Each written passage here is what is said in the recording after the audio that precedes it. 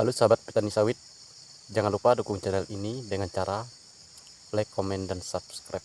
Baiklah sahabat petani sawit, buat sahabat petani sawit yang telah atau yang ingin menanam pohon kelapa sawit, sebaiknya teman-teman petani sawit simak video ini sampai selesai dan jangan skip supaya teman-teman petani sawit tidak gagal paham. Oke petani sawit, untuk video hari ini saya akan membahas risiko menanam bibit sawit cabutan. Sebagai pengalaman pribadi saya akan berbagi kepada teman-teman petani sawit yang ingin menanam pohon kelapa sawit. Harap perhatikan baik-baik. Risiko menanam bibit sawit cabutan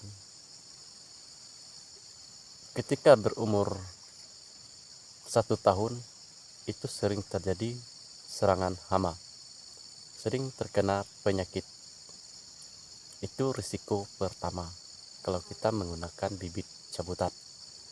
Walaupun kalian bilang bibit cabutan berkualitas, telah kalian pilih dengan benar, tetapi penyakit bibit cabutan tetap ada. Mungkin bisa mencapai 20 hingga 30% itu terkena serangan penyakit. Jenis serangan penyakit yang sering terjadi pada bibit cabutan itu sering terjadi daunnya keriting, pelepahnya sering patah-patah. Itu kebanyakan yang terjadi.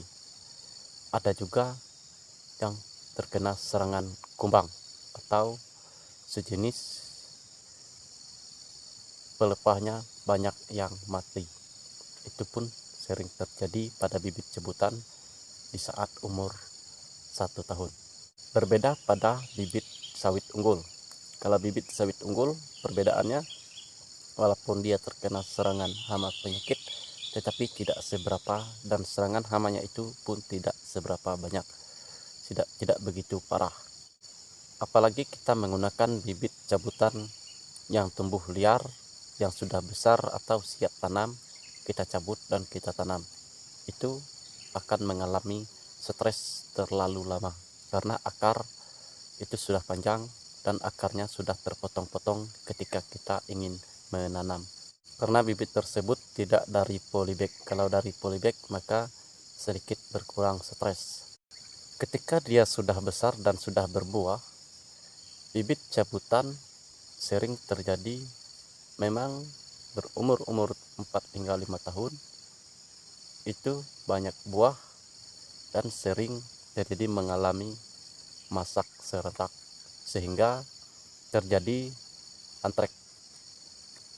Buah sawit yang masak serentak itu terlalu lama antreknya nanti. Kalau bibit unggul biasanya dia hanya 1 hingga 2 yang bisa dipanen.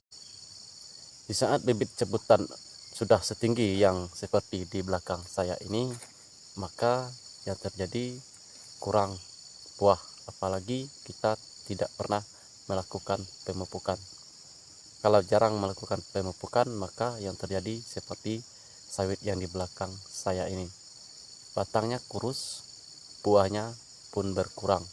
Apalagi yang seperti saya katakan tadi, kita jarang melakukan pemupukan dan salah cara pemupukan, sehingga terjadilah buahnya berkurang seperti yang di belakang saya ini. Kalian bisa perhatikan baik-baik kalau ingin melakukan penanaman bibit kelapa sawit bibit cabutan, boleh saja menggunakan bibit cabutan, asal kalian harus rutin melakukan pemupukan. Tetapi kalau tidak rutin melakukan pemupukan, yang terjadi hanyalah buahnya pasti berkurang, benar-benar habis, dan untuk menunggu buahnya muncul itu cukup lama sekali. Berbeda dengan bibit unggul. Kalau bibit unggul, karena dia sudah unggul, walaupun kurang pupuk masih lumayan untuk buah, masih ada, walaupun buahnya itu masih kecil-kecil kalau tidak dipupuk, tetapi masih ada buah. berbeda dengan bibit jebutan. Tidak dipupuk, dia tidak akan berbuah. Ia akan terjadi di masa mendatang apabila kita tidak melakukan pemupukan dengan benar. Dan juga kebanyakan bibit jebutan itu pelepahnya keras. Pelepah keras, batangnya banyak yang kurus. Buat teman-teman petani sawit yang ingin menanam bibit sawit, berusahalah untuk membeli bibit sawit unggul. Karena bibit sawit unggul itu memang sudah unggul.